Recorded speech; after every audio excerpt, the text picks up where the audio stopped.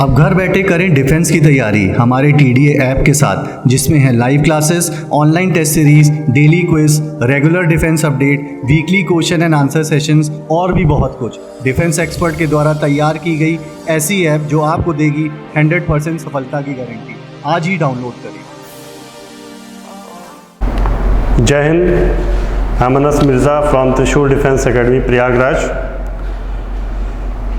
हम आज आपको NDA और CDS के पॉलिटी सब्जेक्ट से कुछ इम्पोर्टेंस क्वेश्चन हैं, उस पर हम डिस्कस करेंगे। 25 इम्पोर्टेंस क्वेश्चंस हैं जो आपके NDA और CDS एग्ज़ाम्स के लिए बहुत ही इम्पोर्टेंट है। हमारा सब्जेक्ट है पॉलिटी। तो चलिए पहला नंबर क्वेश्चन देखते हैं। पहला नंबर क्वेश्चन पूछ रहा है, भारत के संविधान के नीचे दिए गए अनुसूचियों में से किस एक राज्य से राज्यसभा के सदस्यों की संख्या तय की गई है। मतलब कहने का है कि कौन सी अनुसूची में राज्यसभा में जो मेंबर्स गए हैं उनकी जो नंबर ऑफ मेंबर्स हैं उनकी संख्या जो है फिक्स की गई है। तो आप जानते हैं कि जो चौथी अनुसूची है, 4th शेड्यूल, चौथी अनुसूची में बात की गई है कि किस राज्य से कितने राज्यसभा के मेंबर्स जाएंगे, वो बात की गई है। तो ऑप्शन होगा चौथा सही, 4th शेड्यूल यानी चौथी अनुसूची। पहला ऑप्शन है 5वीं अनुसूची। इसमें आप जानते हैं कि शेड्यूल ट्राइब्स जितने भी एरियाज़ हैं, अनुसूचित जाति और जनजाति, उनके एडमिनिस्ट्रेशन यानी प्रशासन के बारे में प्रोविज़न किया गया है। और दूसरा ऑप्शन है तीसरी अनुसूची। तीसरी अनुसूची में बात की गई है ओथ और अफर्मेशन की यानी शपथ की। जितने भी संवैधानिक पदाधिकारी हैं उनके शपथ का प्रावधान बताया गया तीसरी अनुसूची में। लेकिन इसमें एक्सेप्शन है, अपवाद है, ये आपको याद रखने हैं, पूछ लिया जाता है कि प्रेसिडेंट यानी राष्ट्रपति, उपराष्ट्रपति और राज्यपाल, इन तीनों का जो शपथ है वो 3rd शेड्यूल में नहीं है। पूछा जाता है किस में है, तो राष्ट्रपति का आर्टिकल 60 में है, उपराष्ट्रपति का आर्टिकल 69 में है और गवर्नर यानी राज्यपाल का आर्टिकल 159 में। ये तीनों अलग अलग प्रोविज़न किए गए। बाकी प्राइम मिनिस्टर, मिनिस्टर, पार्लियामेंट के मेंबर्स हो गए, इन सभी का जो शपथ है, बहुत सारे एक्सेट्रा, उनका जो है तीसरी अनुसूची में दिया गया है। चौथी अनुसूची ऑप्शन सही होगा, हमने बताया चौथा। इसमें क्या दिया गया है, जो राज्यसभा है, इंटर स्टेट काउंसिल है, इसमें जो सदस्य संख्या है, राज्यसभा में सदस्यों की संख्या का निर्धारण किया गया है। और ये जो मेंबर्स हैं, किस स्टेट से कितने मेंबर्स होंगे, ये जो डिसाइड किया गया है, ये इनके पॉपुलेशन के आधार पर किया गया। अकॉर्डिंग टू पॉपुलेशन, यानी जिस स्टेट की पॉपुलेशन यानी जनसंख्या ज़्यादा होगी वहाँ से राज्यसभा के मेंबर ज़्यादा होंगे और जिस राज्य की जनसंख्या कम होगी वहाँ से राज्यसभा के मेंबर कम होंगे। तो ये बात की गई है अनुसूची 4 में। और तीसरी अनुसूची में क्या है, शपथ। अब अगला ऑप्शन देखिए, छठी अनुसूची। छठी अनुसूची में क्या है, छठी अनुसूची में स्पेशल 4 राज्यों को बताया गया है, जिसमें से असम, मेघालय, त्रिपुरा और मिजोरम। इन 4 राज्यों के जो जनजातीय एरियाज़ हैं उनके प्रशासन के बारे में, एडमिनिस्ट्रेशन के बारे में प्रोविज़न किया गया है, ये छठी अनुसूची में।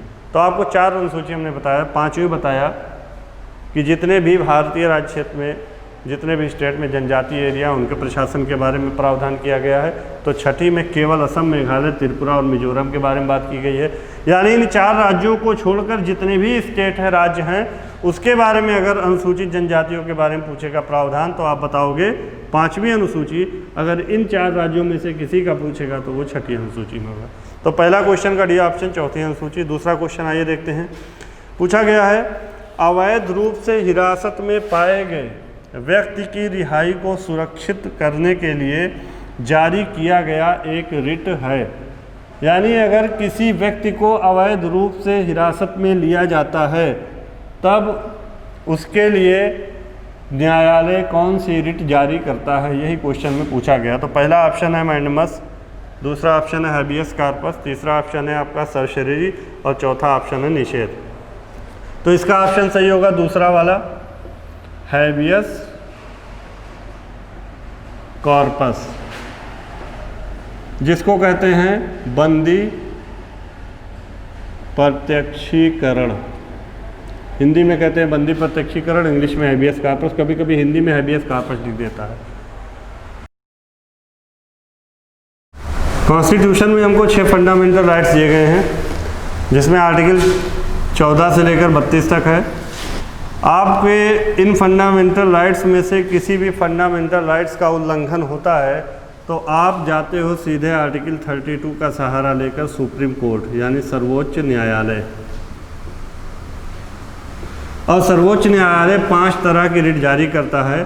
पहला है हैबियस कॉर्पस, दूसरा है परमादेश, तीसरा है प्रतिषेध, चौथा है उत्प्रेषण और पांचवा है अधिकार परीक्षा। तो क्वेश्चन में पूछा है कि अवैध रूप से हिरासत में पाए गए व्यक्ति की रिहाई को सुरक्षित करने के लिए कौन सा रिट जारी किया जाता है। अगर कोई अवैध रूप से बंदी बनाया जाता है उसकी रिहाई को सुरक्षित करने के लिए कौन सा रिट जारी होता है, हैबियस कॉर्पस। तो कौन सा ऑप्शन सही होगा, दूसरा। अब देख लेते हैं परमादेश रिट क्या है। ये परमादेश रिट जो है ये लोक सेवक के अगेंस्ट जारी होता है, सिविल सर्वेंट के विरुद्ध।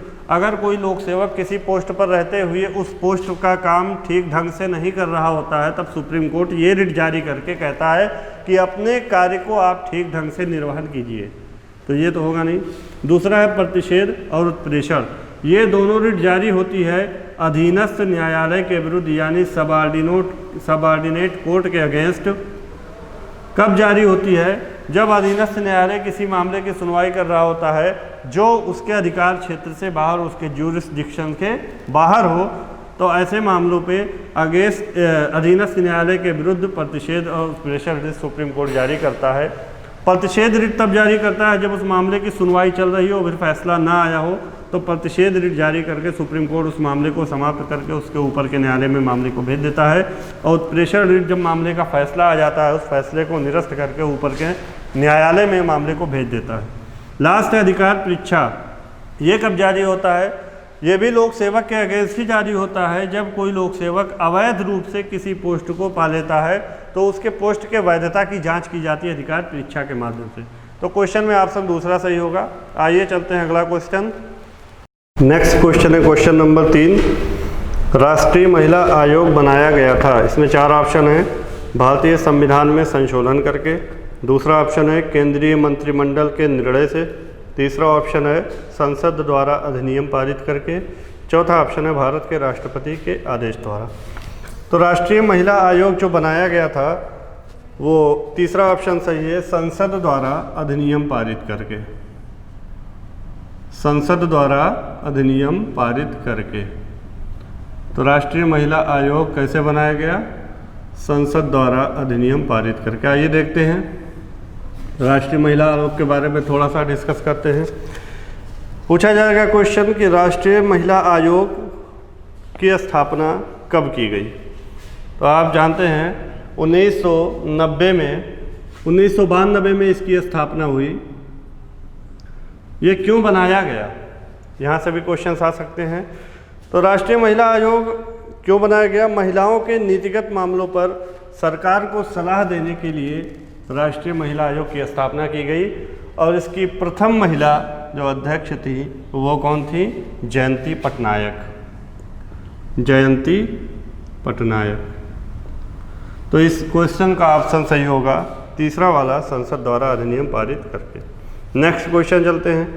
भारत के संविधान के अनुच्छेद 44 के तहत प्रदान किए गए यूनिफॉर्म सिविल कोड के बारे में निम्नलिखित में से कौन सा कथन सही नहीं है। तो ये क्वेश्चन पे ध्यान देना है, कभी कभी हम लोग सही है करके गलत कर देते हैं। सही नहीं है पूछा, यानी चारों ऑप्शन में से कौन सा ऑप्शन गलत है वो बताना है। तो आर्टिकल 44 के बारे में बताया गया है। चौथा क्वेश्चन, अनुच्छेद 44 यूनिफॉर्म सिविल कोड, जिसको कहते हैं समान नागरिक संहिता। आप देखेंगे अनुच्छेद 44 है, तो अनुच्छेद 44 आप जानते हैं संविधान के किस भाग में है?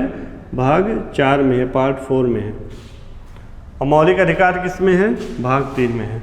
तो देखते हैं कौन सा ऑप्शन गलत है। पहला ऑप्शन है यह प्रत्येक नागरिक का मौलिक अधिकार है। भाई मौलिक अधिकार नहीं है ये राज्य के नीति निर्देशक सिद्धांत में है, भाग 4 में। तो यही ऑप्शन क्या हो जाएगा? गलत हो जाएगा। दूसरा ऑप्शन पढ़ लेते हैं, राज्य पूरे भारत के नागरिकों के लिए इसे सुरक्षित करने का प्रयास करेगा। बिल्कुल करेगा। यह किसी न्यायालय द्वारा प्रवर्तनीय नहीं है, ये भी सही है, क्योंकि मौलिक अधिकार जो होता है, भाग 3 जो होता है, वो न्यायालय द्वारा प्रवर्तनीय है। Fundamental rights is enforceable by the court, but DPSP is not enforceable by the court. DPSP जो है राज्य के नीति निर्देशक सिद्धांत जो है, ये आपका है भाग 4 में, और ये आर्टिकल 36 से लेकर आर्टिकल 51 तक है। इसमें जितने भी प्रोविज़न इस आर्टिकल्स के अंदर किए गए हैं वो न्यायालय द्वारा प्रवर्तनीय नहीं है, अर्थात न्यायालय द्वारा इसे हम लागू नहीं करवा सकते। तो पहला ऑप्शन सही होगा कि यह प्रत्येक भारतीय नागरिक का मौलिक अधिकार है। ये गलत है, मौलिक अधिकार नहीं है। अगला क्वेश्चन चलते हैं। क्वेश्चन नंबर 5 दिया है, लोकसभा द्वारा पारित धन विधेयक को कितने हफ्तों के लिए राज्यसभा में रखा जा सकता है? यानी अगर कोई मनी बिल है, धन विधेयक है, लोकसभा ने उसे पास कर दिया तो राज्यसभा को भेजेगा, तो राज्यसभा कितने दिन तक या कितने हफ्तों तक अपने पास उसे रख सकती है? तो पहले ऑप्शन देख लेते हैं। पहला है 2, दूसरा है 3, तीसरा है 5, चौथा है 14।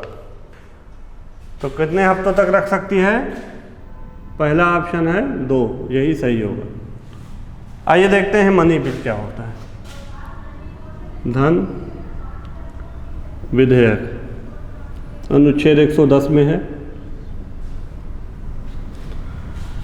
ये जो धन विधेयक है, इसको किस सदन में लाया जाता है, कैसे किस बहुमत से पास किया जाता है, किसका इम्पोर्टेंस ज़्यादा होता है, ये सारी चीज़ें इस पर जानेंगे। तो धन विधेयक जो होता है, ये ऐसा एक वित्त विधेयक होता है। ये क्या होता है? वित्त विधेयक ही होता है, लेकिन ऐसा वित्त विधेयक होता है जिस पर लोकसभा का स्पीकर यानी लोकसभा का अध्यक्ष अगर इसे सर्टिफाइड कर दिया यानी प्रमाणित कर दिया तो यह धन विधेयक बन जाता है। अगर प्रमाणित नहीं किया तो ये वित्त विधेयक ही रहता है, साधारण वित्त विधेयक रहता है। तो धन विधेयक क्या होता है? ऐसा वित्त विधेयक जो लोकसभा स्पीकर के द्वारा सर्टिफाइड हो, प्रमाणित हो, तो वही क्या कहलाता है? धन विधेयक कहलाता है। और यह आर्टिकल 110 में है। और ये धन विधेयक केवल और केवल राष्ट्रपति के प्रियर परमिशन से, अनुमति से लोकसभा में पेश किया जाएगा। और लोकसभा इसे कैसे पास करेगी? साधारण बहुमत से पास करेगी, यानी सिंपल मेजॉरिटी से पास करेगी। और पास करने के बाद भेज देती है राज्यसभा को। अब यही पूछा है क्वेश्चन में कि राज्यसभा इस धन विधेयक को कितने दिन तक अपने पास रख सकती है। तो इसमें दिन ना पूछकर क्या पूछा है? सप्ताह पूछा है। तो 14 दिन तक अपने पास रख सकती है, यानी कितने सप्ताह? 2 सप्ताह तक, 2 वीक्स तक। और लास्ट में है 14। काफ़ी लोग 14 लगा देंगे, लेकिन यहाँ पर दिन ना पूछ के क्या पूछा है? हफ्ता पूछा है। तो यहाँ पर क्या होगा? 2, पहला ऑप्शन सही होगा। अब राज्यसभा भी 14 दिन से ज़्यादा नहीं रखेगी, 14 दिन के अंदर ही इसे लोकसभा को वापस करना होगा। अब लोकसभा क्या करेगी? पास करके प्रेसिडेंट के पास भेज देगी। अब प्रेसिडेंट इस पर हस्ताक्षर करने के लिए क्या है? बाउंड है। अब ऐसे ही धन विधेयक पास होता है। तो धन विधेयक से कई क्वेश्चन बनते हैं। तो धन विधेयक साधारण बहुमत से पास होता है। कौन पास करता है? लोकसभा पास करती है, फिर भेजती है राज्यसभा को। राज्यसभा केवल 14 दिन रख सकती है, फिर लोकसभा को वापस करेगी और राष्ट्रपति इस पर परमिशन देने के लिए बाउंड होता है। इसी प्रकार से धन विधेयक क्या होता है, पास होता है। तो ये था आपका 2 सप्ताह आंसर सही। तो 5वें का पहला ऑप्शन सही है। फिर आगे चलते हैं नेक्स्ट क्वेश्चन, क्वेश्चन नंबर 6 पूछा है भारतीय संघ प्रणाली के संबंध में निम्नलिखित में से कौन सा कथन सही है। इसमें पूछा है नीचे जो कथन दिए गए, जो स्टेटमेंट दिए गए, उनमें से कौन सा एक सही है। आइए देखते हैं क्या है, स्टेटमेंट पढ़ते हैं। तो पहला है सभी राज्यों का राज्यसभा में समान प्रतिनिधित्व है। क्या ये सही है? गलत। राज्य की सीमाओं को बदलने के लिए राज्य की सहमति की आवश्यकता नहीं है। सही है। भारत में दोहरी नागरिकता नहीं है। ये भी सही है। तो पहला गलत है, दूसरा और तीसरा सही है। यानी बी वाला ऑप्शन सही है, 2 और 3। बी वाला ऑप्शन सही है, दूसरा और तीसरा। आइए देखते हैं पहला क्यों गलत है। सभी राज्यों का राज्यसभा में समान प्रतिनिधित्व। अभी हमने बताया पहले क्वेश्चन में कि चौथी अनुसूची में बताई गई है बात, राज्यसभा में राज्य के अनुसार सीटों का निर्धारण किया गया है। और ये सीटों का निर्धारण किस आधार पर किया गया है? जनसंख्या के आधार पर किया गया है। यानी जिस स्टेट की जनसंख्या ज़्यादा होगी वहाँ से राज्यसभा की सीटें क्या होंगी? ज़्यादा होंगी। तो ये सभी राज्यों का समान प्रतिनिधित्व तो हुआ नहीं। अब यूपी की जनसंख्या ज़्यादा है, पूरे भारत में सबसे ज़्यादा है, तो यूपी में सबसे ज़्यादा राज्यसभा में प्रतिनिधि गए हैं। और जिस राज्य की जनसंख्या कम होगी वहाँ से कम होगी। तो पहला ऑप्शन तो गलत हो गया। दूसरा, राज्य की सीमाओं को बदलने के लिए राज्य की सहमति आवश्यक नहीं, बिल्कुल नहीं है। राज्य की सीमा बदलनी हो या राज्य का नाम बदलना हो या राज्य के लैंड एरिया में कोई चेंज करना हो तो वो है आर्टिकल 3 में, भाग 1 में है। कौन बदलेगा? तो आप बताओगे संसद बदलेगी। पूछे कैसे बदलेगी? एक विधेयक लाएगी। विधेयक कैसे लाएगी? राष्ट्रपति की अनुमति से लाएगी। राष्ट्रपति अनुमति देने से पहले क्या करेगा? जो राज्य प्रभावित हो रहा है उसके पास विधेयक को भेज देगा। तो राज्य के पास इस विधेयक को क्या करेगा? सौंप देगा। अब ये राज्य अपना परमिशन दे या ना दे, राष्ट्रपति पर कोई फर्क नहीं पड़ता। अब इस विधेयक को संसद के दोनों हाउस यानी लोकसभा और राज्यसभा सिंपल मेजॉरिटी से पास कर देंगे तो राज्य के नाम में परिवर्तन हो जाएगा या सीमा में परिवर्तन हो जाएगा। तो ये भी सही है। तीसरा, भारत में दोहरी नागरिकता नहीं है, बिल्कुल सही है, क्योंकि हम इंडिया के सिटीजन है, भारत के नागरिक हैं। एक ही नागरिकता है, एकल नागरिकता, और ये लिया गया ब्रिटेन से। तो इसमें कौन सा ऑप्शन सही होगा? बी वाला, दूसरा और तीसरा। चलिए अगला चलते हैं, नेक्स्ट क्वेश्चन, क्वेश्चन नंबर 7। इसमें क्या कहा गया है?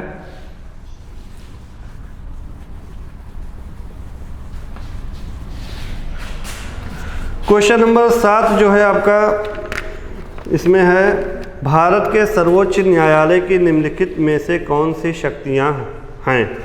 यानी सुप्रीम कोर्ट की शक्तियों के बारे में बात की गई है। पूछा गया इनमें से कौन सी शक्तियां हैं। पहला है भारत सरकार और एक या अधिक राज्यों के बीच विवाद में मूल अधिकार क्षेत्र। दूसरा है उच्च न्यायालयों से अपील सुनने की शक्ति। तीसरा है इससे पहले कि किसी भी मामले में न्याय करने के लिए आदेश पारित करने की शक्ति। चौथा है राष्ट्रपति को भारत के कानूनी मामलों में सलाह देने की शक्ति। पूछा है नीचे दिए गए कोड का उपयोग करके सही उत्तर का चयन करें। अब पहला हम देखते हैं भारत सरकार और एक या एक से अधिक राज्यों के बीच विवाद। तो सुप्रीम कोर्ट यानी सर्वोच्च न्यायालय की जो शक्ति है, जो अधिकार हैं, वो बहुत हैं। सर्वोच्च न्यायालय की अधिकारिता, सर्वोच्च न्यायालय की बहुत सारी अधिकारिता हैं। पहला है आपका प्रारंभिक अधिकारिता, दूसरा है आपका अपीलीय अधिकारिता, तीसरा है आपका सलाहकारी अधिकारिता, और आपका है पुनर्समीक्षा की अधिकारिता। अगला है इसी में आपका अभिलेखीय अधिकारिता। बहुत सारे क्षेत्राधिकार हैं, तो देखते हैं कौन सा है कौन सा नहीं है। पहला ऑप्शन दिया भारत सरकार और एक या एक से अधिक राज्यों के बीच विवाद। तो ये प्रारंभिक अधिकारिता अनुच्छेद 131 में है। इसमें कहा गया है कि अगर 2 या 2 से अधिक राज्यों के बीच विवाद होता है या एक तरफ केंद्र होता है और दूसरी तरफ राज्य के बीच विवाद होता है, या एक तरफ केंद्र सरकार हो और कुछ राज्य हों और दूसरी तरफ अन्य राज्य हों, अगर इनके बीच कोई विवाद हो गया, इनके बीच कोई विवाद हो गया, या दो से अधिक राज्य के बीच विवाद हो गया, तो मामला सीधे जाता है सुप्रीम कोर्ट में। सुप्रीम कोर्ट की प्रारंभिक अधिकारिता है। तो पहला वाला ऑप्शन सही हो गया आपका। दूसरा जो ऑप्शन है, उच्च न्यायालयों से अपील सुनने की शक्ति, तो अपीलीय अधिकारिता भी तो है सुप्रीम कोर्ट की, अनुच्छेद 132 से लेकर अनुच्छेद 134 का तक। कोई भी मामला उच्च न्यायालय में चल रहा हो, संवैधानिक मामला हो या दीवानी मामला हो या फौजदारी मामला हो, अगर ऐसे मामलों के लिए सर्टिफिकेट हाई कोर्ट ने दे दिया तो ऐसे मामलों की अपील सुप्रीम कोर्ट में की जा सकती है। तो दूसरा वाला भी सही हो गया। तीसरा, इससे पहले कि किसी भी मामले में न्याय करने के लिए आदेश पारित करने की शक्ति, बिल्कुल सही है, क्योंकि किसी भी मामले में सुप्रीम कोर्ट आदेश पारित कर सकता है।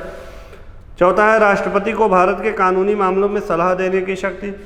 अब यहाँ पर देखिए, जो सलाहकारी अधिकारिता है, इम्पोर्टेंट है, अनुच्छेद 143 में है। इसमें क्या करता है, राष्ट्रपति सुप्रीम कोर्ट से सलाह मांगता है और सुप्रीम कोर्ट सलाह देता है। तो सलाहकारी अधिकारिता हुआ कि नहीं हुआ।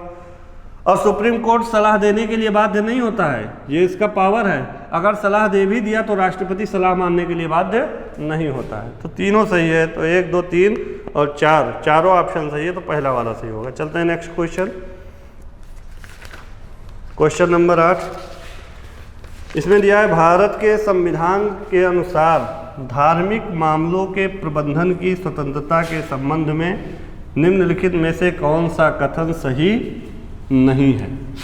अब इसमें पूछा है कि धार्मिक मामलों में प्रबंधन की स्वतंत्रता के लिए कौन सा कथन सही नहीं है, यानी गलत स्टेटमेंट बताना है। तो आइए पहला स्टेटमेंट पढ़ते हैं। कुछ धार्मिक समुदायों को छोड़कर प्रत्येक धार्मिक समुदाय को धर्म के मामले में अपने मामलों का प्रबंधन करने का अधिकार होगा। दूसरा है, प्रत्येक धर्म या उसके किसी भी वर्ग के पास चल और अचल संपत्ति का स्वामित्व और अधिग्रहण करने का अधिकार होगा। तीसरा है, प्रत्येक धार्मिक समुदाय को धार्मिक और धर्मार्थ उद्देश्यों के लिए संस्थानों की स्थापना व रखरखाव का अधिकार होगा। चौथा है, प्रत्येक समुदाय को धर्म के मामलों में अपने मामलों का प्रबंधन करने का अधिकार। पूछा कौन सा कथन सही नहीं है, तो पहला वाला जो कथन है, कुछ धार्मिक समुदायों को छोड़कर प्रत्येक धार्मिक संप्रदाय को धर्म के मामलों में अपने मामलों का प्रबंधन करने का अधिकार होगा, यह गलत है। क्यों गलत है? क्योंकि सभी समुदाय को अपने धर्म के मामलों में प्रबंधन करने का स्वतंत्रता दिया गया, अनुच्छेद 26 में दिया गया है। दूसरा ऑप्शन है, प्रत्येक धर्म या उसके किसी भी वर्ग के पास चल और अचल संपत्ति का स्वामित्व और अधिग्रहण करने का अधिकार होगा, बिल्कुल सही होगा। सभी धर्म को चल और अचल संपत्ति, स्वामित्व और अधिग्रहण करने का अधिकार होगा, यानी पहला वाला ऑप्शन केवल इसमें क्या होगा, गलत होगा, बाकी सही होगा। अगला क्वेश्चन चलते हैं, क्वेश्चन नंबर 9। इसमें कहा गया, अनुच्छेद 22 के तहत व्यक्ति को गिरफ्तारी और हिरासत से सुरक्षा के संबंध में निम्नलिखित में से कौन सा कथन सही नहीं है। अनुच्छेद 22 के संबंध में पूछ रहा है, कौन सा कथन सही नहीं है। पहला है, गिरफ्तारी के आधार के बारे में सूचित किए बिना गिरफ्तार किया गया कोई भी व्यक्ति हिरासत में नहीं लिया जाएगा। दूसरा है, किसी व्यक्ति को उसकी पसंद के कानूनी व्यवसायी से परामर्श करने और उसके बचाव का अधिकार नहीं दिया जाएगा, बिल्कुल गलत।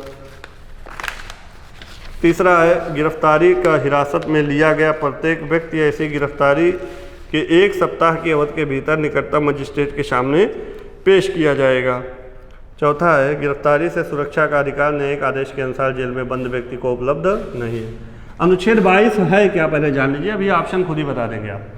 अनुच्छेद 22 में है कि अगर पुलिस आपको गिरफ्तार करती है, पुलिस अगर किसी भी व्यक्ति को गिरफ्तार करती है तो पहला उसे गिरफ्तारी का कारण बताना होगा और गिरफ्तार करने के 24 घंटे के विदिन 24 आवर्स उसे मजिस्ट्रेट के सामने पेश किया जाएगा।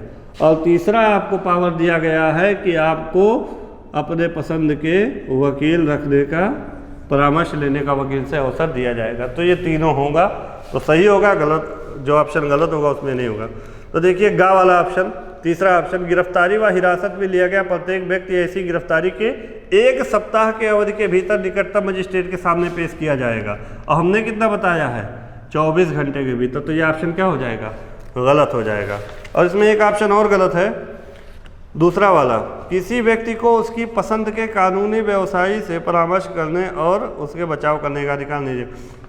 आपको कानूनी अधिकारी से बचाव करने का अधिकार दिया जाएगा, अपने मनपसंद के वकील को रखने का मौका दिया जाएगा। तो दूसरा और तीसरा गलत है। अगला क्वेश्चन चलते हैं, 10वां क्वेश्चन पूछा गया है, भारतीय संविधान की प्रस्तावना के बारे में निम्नलिखित में से कौन सा कथन सही है, यानी सही है पूछा है। पहला ऑप्शन है, न्यायालय द्वारा प्रस्तावना न्यायालय में लागू करने योग्य नहीं है। दूसरा ऑप्शन है, प्रस्तावना में उन उद्देश्यों को बताया गया है जिन्हें संविधान स्थापित करना व बढ़ावा देना चाहता है।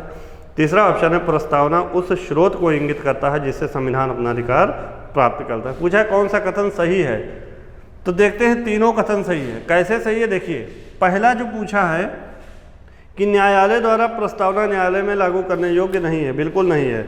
प्रस्तावना जो है वो पूरे संविधान की आत्मा है, यानी पूरे संविधान का क्या उद्देश्य है वो हमारी प्रस्तावना में है, लेकिन इस प्रस्तावना का सहारा लेकर हम न्यायालय में इसे लागू नहीं करवा सकते। तो पहला वाला ऑप्शन सही है। दूसरा देखते हैं, प्रस्तावना में उन उद्देश्यों को बताया गया जिन्हें संविधान स्थापित करना और बढ़ावा देना चाहता है, बिल्कुल सही है। क्योंकि संविधान का जो मेन उद्देश्य है, उन सारे उद्देश्यों का निचोड़ है प्रस्तावना में। संविधान में नागरिकों को न्याय दिया गया, समानता दी गई, स्वतंत्रता दी गई, सारी चीज़ें दी गई, वो सारी प्रस्तावना में निहित हैं। प्रस्तावना में बताया गया है कि हम भारत के लोग भारत को एक संपूर्ण प्रभुत्व संपन्न समाजवादी पंथ निरपेक्ष लोकतंत्रात्मक गणराज्य बनाएंगे। फिर उसके नागरिकों को सामाजिक, आर्थिक और राजनीतिक न्याय देंगे। फिर उसके बाद उनको विचार करने की, अभिव्यक्ति करने की, विश्वास करने की, धर्म की उपासना की स्वतंत्रता भी देंगे। फिर उसके बाद प्रतिष्ठा और अवसर की समानता देंगे।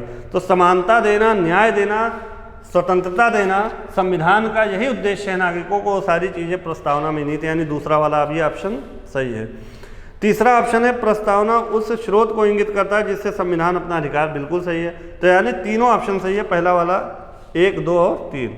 चलिए अगला क्वेश्चन, क्वेश्चन नंबर 11 कहता है, राज्य के नीति निर्देशक सिद्धांतों से संबंधित निम्नलिखित में से कौन सा कथन सही नहीं है, यानी कौन सा स्टेटमेंट गलत है डीपीएसपी से जो रिलेटेड है, यानी भाग 4 में जो नीति निर्देशक सिद्धांत हैं उससे संबंधित जो भी मैटर दिया गया है नीचे स्टेटमेंट में, उसमें से कौन सा मैटर गलत है। पहला देखिए, भारत के संविधान के भाग 4 में निहित प्रावधान किसी न्यायालय द्वारा लागू नहीं किए जाएंगे।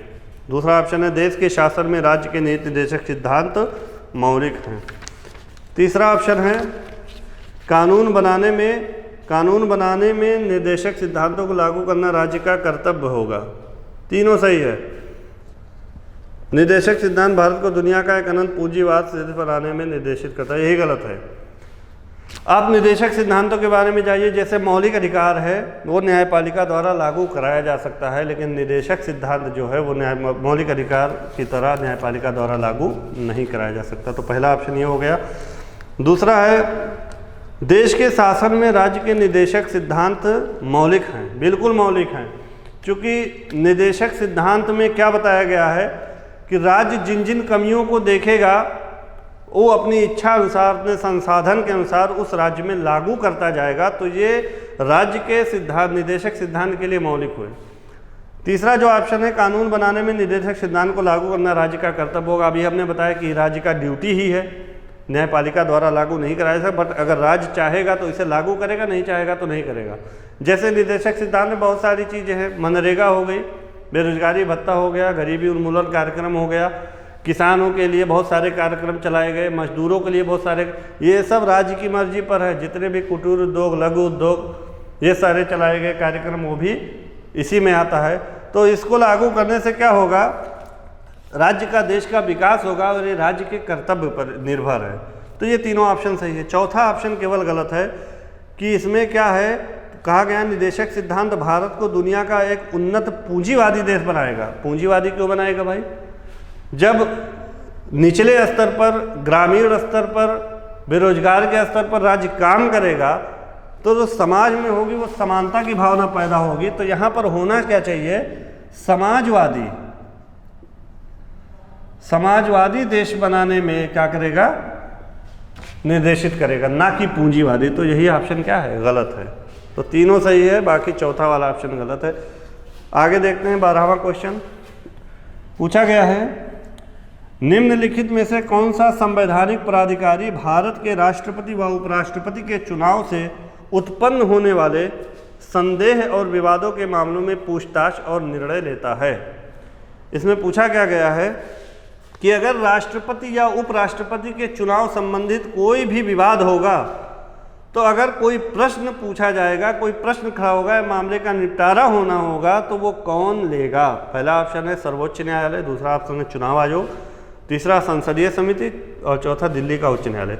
तो आप एक बात जान लीजिए कि अभी हमने अनुच्छेद 131 सुप्रीम कोर्ट का इनिशियल ज्यूरिसडिक्शन पढ़ाया, प्रारंभिक क्षेत्राधिकार, यानी ऐसे मामले जो केवल और केवल सुप्रीम कोर्ट में जाएं वो सुप्रीम कोर्ट के इनिशियल ज्यूरिसडिक्शन में आते हैं। तो राष्ट्रपति और उपराष्ट्रपति, क्वेश्चन नंबर 12 है, के चुनाव संबंधित कोई भी विवाद होगा तो मामला केवल और केवल सुप्रीम कोर्ट में जाएगा और किसी कोर्ट में नहीं जाएगा। यानी ऐसे मामले की सुनवाई कौन करेगा, सर्वोच्च न्यायालय करेगा और बाकी कोई नहीं करेगा।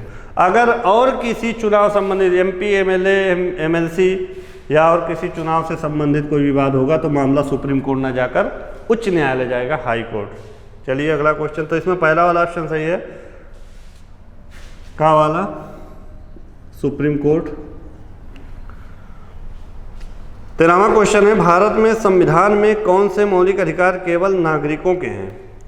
देखिए जो मौलिक अधिकार दिए गए हैं अनुच्छेद 14 से लेकर अनुच्छेद 32 तक, उसमें से कुछ मौलिक अधिकार ऐसे भी हैं जो विदेशियों को भी प्राप्त है और भारतीय नागरिकों को भी प्राप्त है, और कुछ मौलिक अधिकार ऐसे हैं जो केवल और केवल अपने भारत के नागरिकों को हैं। तो इसमें पूछा क्या है, केवल नागरिकों को हैं। तो ऑप्शन देखिए तीसरा वाला, 1, 3, 4 यानी अनुच्छेद 19, अनुच्छेद 15 और अनुच्छेद 16, ये तीनों केवल भारत के नागरिकों को प्राप्त हैं।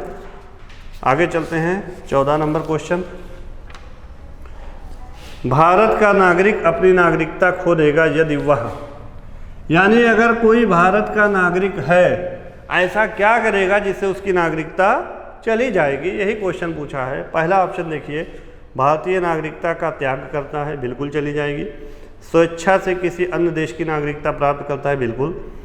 किसी अन्य देश के नागरिक से शादी करता है, अगर आप किसी दूसरे देश के नागरिक से शादी करते हैं तो क्या आपकी नागरिकता जाएगी, या सरकार की आलोचना करता है। तो देखिए भाई, नागरिकता प्राप्ति के तो 5 तरीके हैं, ध्यान दीजिएगा, और नागरिकता समाप्ति के 3 तरीके हैं। पूछा क्या है, समाप्ति की बात कीजिए। पहला है, अगर आप किसी अन्य देश की नागरिकता ले लेंगे तो आपकी नागरिकता समाप्त हो जाएगी। दूसरा है कि अगर स्वेच्छा से भारत की नागरिकता त्याग देंगे तो आपकी नागरिकता समाप्त हो जाएगी। तीसरा है, नागरिकता से वंचित भी किए जा सकते हैं, आप बहुत प्रकार से वंचित किए जा सकते हैं। आपके ऊपर देशद्रोह का मुकदमा लगाकर नागरिकता छीना जा सकता है। तो कई तरह से, तो ये 3 प्रकार हैं। अगर आप अन्य देश की ले लेंगे तो भी समाप्त। तो पहला है, नागरिकता का त्याग करता है तो भी समाप्त। स्वेच्छा से किसी अन्य देश की ले लेता है तो भी समाप्त। किसी अन्य देश के नागरिक से अगर आप शादी करेंगे तो आपकी नागरिकता समाप्त नहीं होगी। जैसे आप देख लीजिए अपने सानिया मिर्जा को, पाकिस्तान के शोएब मलिक से शादी की है, लेकिन उनकी नागरिकता क्या समाप्त हो गई, नहीं हुई। युवराज सिंह कर लिए हैं हेजल कीस से वहाँ इंग्लैंड में, तो उनकी नागरिकता समाप्त हो गई, नहीं। तो किसी दूसरे देश के नागरिक से अगर शादी करेंगे तो आपकी नागरिकता समाप्त नहीं होगी, या आप सरकार की आलोचना करेंगे तो नहीं होगी। तो पहला और दूसरा वाला यानी गा वाला ऑप्शन सही है, तीसरा ऑप्शन। चलिए अगला क्वेश्चन देखते हैं, क्वेश्चन नंबर 15। भारत के संविधान के अनुच्छेद 32 के संबंध में निम्नलिखित में से कौन सा कथन सही नहीं है। पूछा गया अनुच्छेद 32 के बारे में, और उसमें अनुच्छेद 32 के संबंध में जो कथन दिया गया उसमें कौन सा कथन गलत है, यही पूछा है सवाल में। कथन सही नहीं है, नहीं पे ज़रूर ध्यान दीजिए आप लोग, क्योंकि एग्ज़ाम में बहुत सारी गलतियां नहीं वाली हो जाती हैं, नहीं हम लोग नहीं पढ़ते हैं। पहला है नागरिकों को मौलिक अधिकारों के प्रवर्तन के लिए उपाय प्रदान करता है। दूसरा है यह मौलिक अधिकारों का एक हिस्सा है। तीसरा है सुप्रीम कोर्ट के अनुच्छेद 32 के तहत देरी के आधार पर एक रिट याचिका को अस्वीकार नहीं किया है। चौथा है अनुच्छेद 32 के तहत संरक्षण सामान्य कानून के प्रवर्तन पर भी लागू होता है, जिसका मौलिक अधिकारों से कोई लेना देना नहीं है। तो इसमें से चौथा ऑप्शन क्या होगा? गलत होगा। क्वेश्चन के हिसाब से चौथा सही होगा। पूछा है कौन सा कथन गलत है, तो यही चौथा कथन गलत है। आइए देखते हैं पहला, दूसरा, तीसरा। पहला है नागरिकों के मौलिक अधिकारों के प्रवर्तन के लिए उपाय प्रदान। बिल्कुल हमने बताया था अनुच्छेद 32 खुद एक मौलिक अधिकार होने के साथ साथ संवैधानिक उपचारों का अधिकार है, मौलिक अधिकारों का संरक्षक भी है। दूसरा ऑप्शन है मौलिक अधिकारों का एक हिस्सा है, बिल्कुल है। तीसरा है रिट जारी करता, रिट कहता है सुप्रीम कोर्ट ने अनुच्छेद 32 के तहत देरी के आधार पर एक रिट याचिका को अस्वीकार नहीं किया, बिल्कुल सही है। तो यही केवल चौथा वाला ऑप्शन आपका क्या होगा? गलत होगा। अगला देखते हैं 16 नंबर। भारत में अनुसूचित जातियों के अधिकारों की सुरक्षा के लिए संवैधानिक प्रावधान और कानून निम्नलिखित में से कौन है? अनुसूचित जातियों के अधिकारों की सुरक्षा के लिए, यानी संविधान में अनुसूचित जनजातियों जातियों के लिए संवैधानिक प्रावधान जो किए गए, निम्नलिखित में से कौन कौन से अनुच्छेद में या कौन कौन से कथन में इसके प्रावधान किए गए हैं? तो पहला है भारत के संविधान का अनुच्छेद 17। अनुच्छेद 17 में है अस्पृश्यता का अंत। फिर है दूसरा नागरिक अधिकार संरक्षण अधिनियम 1955। तीसरा है अनुसूचित जाति और जनजाति अत्याचार निवारण अधिनियम 1989। अब देखिए अनुच्छेद 17 में स्पष्टता का अंत है। बिल्कुल अनुसूचित जनजातियों की सुरक्षा दी गई है। अगर अनटचेबिलिटी आप फैलाओगे, स्पृश्यता किसके साथ फैलाई जाती है? नीची जातियों के साथ। तो संसद कानून बनाई है, उस कानून में क्या किया गया है? दंड देने का प्रावधान किया गया है। और जो कानून बनाई संसद ने, नागरिक अधिकार संरक्षण अधिनियम 1955, इसी के थ्रू आपको दंड दिया जाएगा। तो ये दोनों सही है। और तीसरा अनुसूचित जाति जनजाति अधिनियम इसीलिए बनाया गया कि उनकी सुरक्षा हो सके। तीनों ऑप्शन ही क्या होंगे? सही होंगे। तो ऑप्शन इसमें कौन सा सही होगा? 1, 2 और 3, तीसरा ऑप्शन। चलिए अगला क्वेश्चन देखते हैं 17 नंबर। भारत के संविधान की 6वीं अनुसूची निम्नलिखित में से किस राज्य में जनजातीय क्षेत्रों के प्रशासन से संबंधित है? अनुसूची जो है टोटल संविधान में है कितनी? 12 में से आपकी 5वीं और 6वीं अनुसूची जो बात की गई है वो अनुसूचित जाति जनजातियों के क्षेत्रों के प्रशासन के बारे में बात की गई है, जिसमें से आप जानते हैं कंफ्यूजन बहुत होता है 5वीं और 6वीं अनुसूची। 6ठी अनुसूची में बात की गई है असम, मेघालय, त्रिपुरा और मिजोरम। इन 4 राज्यों के जो अनुसूचित जनजातीय एरियाज हैं उनके प्रशासन के बारे में बात की गई है, नियंत्रण के बारे में बात की गई है। इन 4 राज्य के केवल, इन चारों के अलावा जितने भी राज्य हैं XYZ, उनके प्रशासन के बारे में अनुसूचित जनजातियों की बात की गई 5वीं अनुसूची में। तो क्वेश्चन में क्या पूछा है? 6ठी अनुसूची। तो असम, मेघालय, त्रिपुरा और मिजोरम पहले ऑप्शन में है, वही क्या हो जाएगा? सही हो जाएगा। ठीक, अगला चलिए 18 नंबर। भारत में चुनावी सरकार के विषय में निम्नलिखित में से कौन सा कथन सही नहीं है? सही नहीं है पूछा है। और किसके संबंध में? चुनावी सरकार के संबंध में पूछा है कौन सा कथन सही नहीं है। पहला ऑप्शन देखिए, चुनावों का अधीक्षण, निर्देशन और नियंत्रण भारत निर्वाचन आयोग में निहित है। बिल्कुल सही है कि चुनाव का MP, MLA, MLC, राष्ट्रपति, उपराष्ट्रपति जो चुनाव होता है सब कौन कराता है? चुनाव आयोग करवाता है। तो बिल्कुल सही है। दूसरा है प्रत्येक क्षेत्रीय निर्वाचन क्षेत्र के लिए एक सामान्य मतदाता सूची है। बिल्कुल सही है। आप देखते हैं जब वोट करने जाते हैं तो हर क्षेत्र का अलग अलग एरिया होता है, उसको वोटर लिस्ट बनता है, मतदाता सूची कहते हैं। संसद के पास निर्वाचन क्षेत्रों के परिसीमन से संबंधित कानून बनाने की शक्ति है, बिल्कुल आप जानते हैं। एक होता है परिसीमन आयोग, तीनों सही है, चौथा गलत है।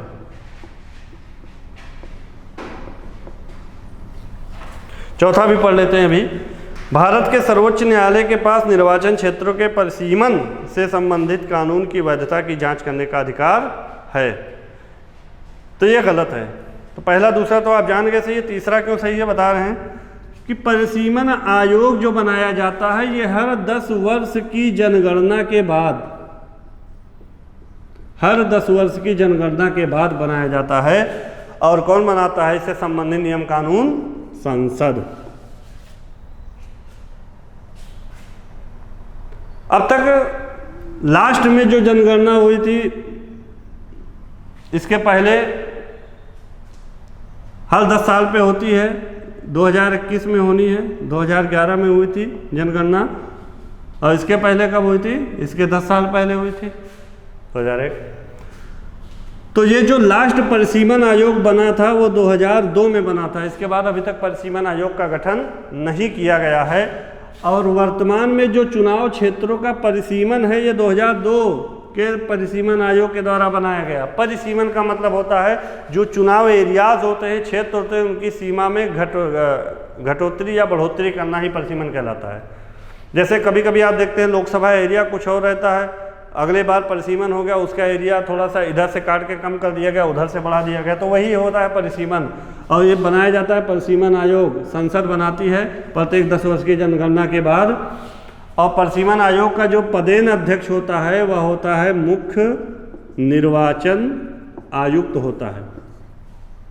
और मुख्य निर्वाचन आयुक्त का जो निर्णय होगा, परिसीमन आयोग का जो पदेन अध्यक्ष होगा, इसके निर्णय को न्यायपालिका में चुनौती नहीं दी जा सकती, यानी कोर्ट में कोई इसकी जांच नहीं कराई जा सकती। तो चौथा ऑप्शन में यही कहा गया है कि निर्वाचन क्षेत्रों के परिसीमन से संबंधित कानून के वैधता की जांच करने का अधिकार है सर्वोच्च न्यायालय के पास। ऐसा नहीं है, सर्वोच्च न्यायालय के पास इसके अधिकार नहीं है वैधता की जांच करने का। जो भी निर्णय मुख्य निर्वाचन आयुक्त परिसीमन आयोग देगा वो निर्णय सर्वमान्य होगा, उस निर्णय को चुनौती नहीं दी जा सकती। यानी ऊपर के तीनों ऑप्शन सही है, चौथा ऑप्शन क्या है? गलत है। तो इस तरह से ये आपका था चौथा ऑप्शन, इसमें होगा 18वां क्वेश्चन में। चलते हैं अगले क्वेश्चन की तरफ। क्वेश्चन नंबर 19 में पूछा गया है, भारत के संविधान के अनुच्छेद 22 के तहत गिरफ्तारी और हिरासत के खिलाफ सुरक्षा उपलब्ध नहीं है। अनुच्छेद 22 में अभी हमने बताया, पीछे आया था क्वेश्चन, क्या क्या दिया गया है? गिरफ्तार अगर करेगी पुलिस तो गिरफ्तारी का कारण बता रहा होगा, विदिन 24 आवर्स आपको निकट के मजिस्ट्रेट के सामने पेश किया जाएगा। उसके बाद आपको अपने वकील से एडवाइस लेने का भी राइट होगा। किसको सुरक्षा उपलब्ध नहीं है? अनुच्छेद 22 की जो तीनों सुविधाएं हमने बताया, तो 2 लोगों को नहीं है। पहला, अगर दुश्मन देश का कोई व्यक्ति है, इसको ये सुविधा उपलब्ध नहीं है। या निवारक निरोध के अधीन अगर कोई गिरफ्तार किया गया है तो उसको भी ये सुविधा उपलब्ध नहीं है। तो दुश्मन देश का व्यक्ति तो आप समझ गए, लेकिन निवारक निरोध के अधीन गिरफ्तार कोई व्यक्ति, इसका मतलब आप नहीं समझे। हमने बताया कोई भी गिरफ्तार करेगा पुलिस, आप किसी को भी, तो कारण बताया जाएगा। लेकिन अगर इसके अधीन गिरफ्तार करेगी तो अनुच्छेद 22 की कोई फैसिलिटी आपको नहीं दी जाएगी, मतलब आपको गिरफ्तारी करने का कारण नहीं बताया जाएगा, आपको न्याय मजिस्ट्रेट के सामने 24 घंटे के अंदर नहीं पेश किया जाएगा। क्वेश्चन बना कि निवारक निरोध है क्या? इसको कहते हैं प्रिवेंशन डिटेंशन। अगर पुलिस को लगता है कि आप इन फ्यूचर कोई बड़ा अपराध कर सकते हो तो पुलिस आपको गिरफ्तार कर लेगी, अरेस्ट कर लेगी और आपको गिरफ्तारी का कारण नहीं बताएगी। 3 महीने तक अनुच्छेद 22 की कोई सुविधा नहीं उपलब्ध कराएगी। तो इसमें ऑप्शन देखिए।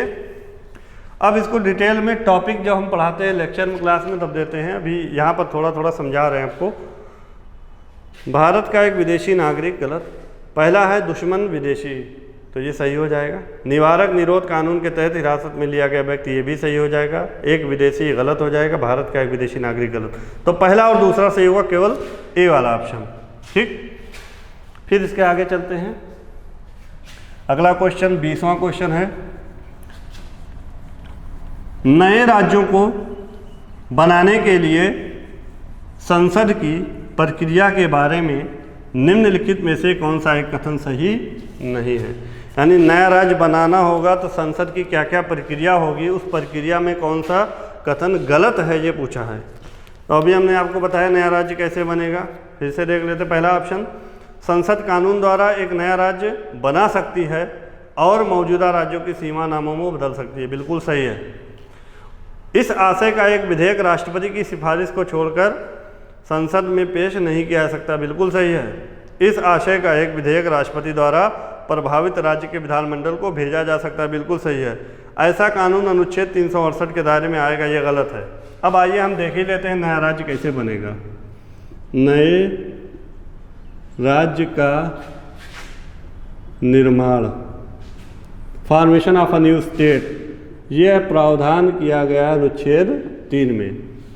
अगर नया राज्य बनाना है, जैसे मान लीजिए ये है यूपी आपका, अब यूपी से एक नया राज्य बनाना है, मान लीजिए बुंदेलखंड, तो कैसे बनाया जाएगा, कौन बनाएगा, क्या प्रोसेस होगा, यही पूछा है। तो सबसे पहले संसद क्या करेगी,